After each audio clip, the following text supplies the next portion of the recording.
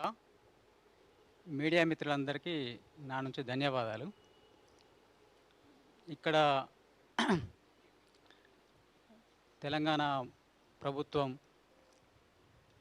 అంటే మీరు సరెండర్ అయ్యి బతకడం వల్ల మీకు ఉపాధి కల్పిస్తాం అనేటువంటి విషయాన్ని ప్రభుత్వం అంతకుముందు నుంచే చెప్తున్నది.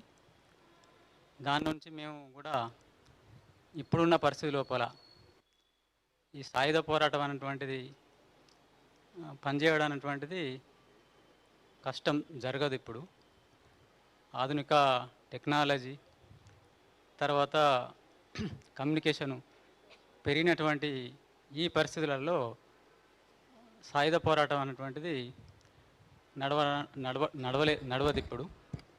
అందుకోసం ఇక్కడ ఉన్నటువంటి ఇప్పుడు ఉన్నవాళ్ళైనా తెలంగాణలో పనిచేసే వాళ్ళు, తెలంగాణ క్యాడర్స్ కూడా వచ్చి వాళ్ళు మాలాగే లొంగిపోయి వాళ్ళ వాళ్ళు బతకడానికి అవకాశం కల్పిస్తే గవర్నమెంట్ కల్పిస్తున్నా అని చేస్తున్నది. అట్లా చేస్తే మంచిది. తర్వాత ఇక్కడున్న ప్రభుత్వానికి, పోలీసులకు మా నుండి ధన్యవాదాలు తెలుపుతున్నాం.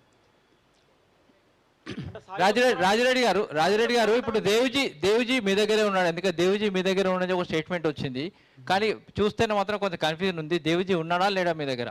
మా దగ్గర అయితే మేమైతే చాలా కాలం నుంచి విడిపోయి ఉన్నా. నేను అనారోగ్య సమస్య నుంచి దూరంగా ఉన్నా.